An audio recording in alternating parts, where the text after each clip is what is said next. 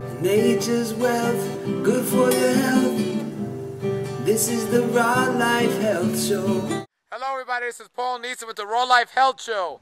And we're here today in Northern California. And we're going to interview my friend John Kohler. And John is, he has growyourgreens.com as his website. And it's not marijuana, it's greens, edible greens that we could eat, delicious edible greens. John Kohler from growyourgreens.com. Be sure to check out my website, growyourgreens.com, to learn how you can turn your regular lawn, like my neighbors here, into a full edible food forest in your front yard and grow most of all your own food. All right, so we're gonna look at his neighbor's yard, and you can see this lawn here, not very good, not taken care of very well. They need to water it. Oh, hi neighbor. Oh, there. No, they're not there. Okay, just when we get to his yard, we see it, or we don't see his yard. We see all this stuff here. There's the neighbor. Oh, there's the neighbor. There's the neighbor. How you doing? Good. All right. So tell us, what's your name? John. I'd love to see what you think of John's edible yard. It's good. It's good. Does he ever share any food with you? I'm a new neighbor. So he hasn't offered you new food as a new neighbor. I've met him a couple times, but that's awesome. You can't beat that. Yeah, you could do that. He said he'll come and do it to your yard. Yeah. Great. Well, thank you very much. Have you ever heard of a raw food diet? No, I haven't. No? It's a vegetarian diet. That's great. That's why he grows all that. Oh, yeah. Yeah. All right, Don. That's great. Thank you very much. Thank all right. you. All right. All right, we're going back to his Don's yard here. Yeah. And it actually looks better than it did. Before he was here, I said it didn't look good, but it looks good. It's getting better. It's getting better. Yeah. Thanks, Don. All right. So here goes Toiletries. here goes John's yard next to Don's yard, and this is all edible, everything you see here, except the dog. Okay. Okay, so we're just going to show you this whole yard here and everything he has. This is his walkway here, and he built these boxes and he just built them up off the ground, and this isn't even soil in here, this is rock dust. He'll tell you all about them. And then we have, and just everything here is edible. So, all right, so now we're going to go and meet John, and he's going to tell us a little about everything. And here he is, John Kohler. What's up, Paul? All right, hail to the Raw Life Health Show world. Thank you, Paul. All right. Glad to be here today. All right, so tell us about what you've done here. Wait, my first question is, why in the world would you take out a nice, beautiful yard with so much space and put this in? That's a good question, Paul. When I first moved into this house about 10 years ago now, I actually paid about $1,000 to put a lawn in. Because this lawn that was in here was like, probably looking like the neighbor's lawn, and then I put a like brand new sod lawn. Yeah, like Don's. I put a brand new sod lawn in. Cost me about $1,000 to do that. Because that's what I thought you should have. I mean, look at all my neighbors. They all have lawns, and I mean, so I want to have the nicest lawn in the block, you know, trying to keep up with the Joneses. And, you know, I thought it'd be a nice place to play. I'd set up a badminton, you know, court there and played volleyball there. It was wide enough and deep enough to do that.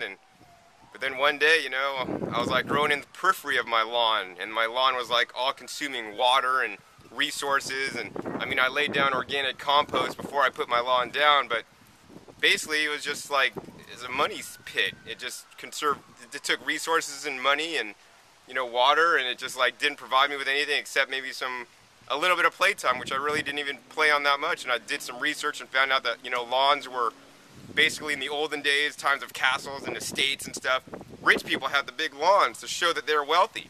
And somehow that transferred into the 50s into the, you know, houses going in tract homes and then lawns in front, and then everybody had a lawn, so then everybody else wanted a lawn, you know? And it's just a waste of resource. It doesn't provide anything. It's just dumb. You know, lawns are dumb. So I, you know, made something useful out of my space instead of a lawn. You know, I'm growing my own food. It's really powerful to grow your own food. If you're eating raw foods, I mean, raw foods from Whole Foods is not necessarily good enough, you know, because it's been picked and shipped to, like, you know, your Whole Foods near you. Maybe you know, it could be a month, weeks, you know, several months old by the time you get it. So, you know, I could tell you right here, I mean, I could pick this Malabar spinach leaf right here. You know, it's just picked. I mean, that transit time is pick into my mouth, whatever, 5 seconds. I mean, not like, you know, a month at Whole Foods or several weeks. So, you know, you're losing out on nutrition by the time they pick it and they hydro-cool it and they ship it to you, you're Sure, losing a lot of sure. nutrition. This is a lot more vibrant and healthier for you. Sure. Could I taste that? Absolutely. Malabar spinach. All It's a right. tropical green. Grows in the heat of summer. It's a really good green alternative. Will not grow in the wintertime. It's usually grown in tropical areas. You could grow it at your place, Paul. It'll actually vine up. It likes to vine up a trellis, but we're growing it here in the front. How would you think of that? It's great. Tastes green. It tastes green. Wonderful. All right, you growing any fruits here, or is it all? Whoa! I see a fruit there. I see a big fig. Oh man, there's a big fig. Yeah. So Big you know, fig. I had a fig tree here, so I planted all my raised beds around the fig tree, and I have, you know, I mean, right here. Here's a fruit right here in this thing. Where? Right here. Look at that big thing. Look at those things.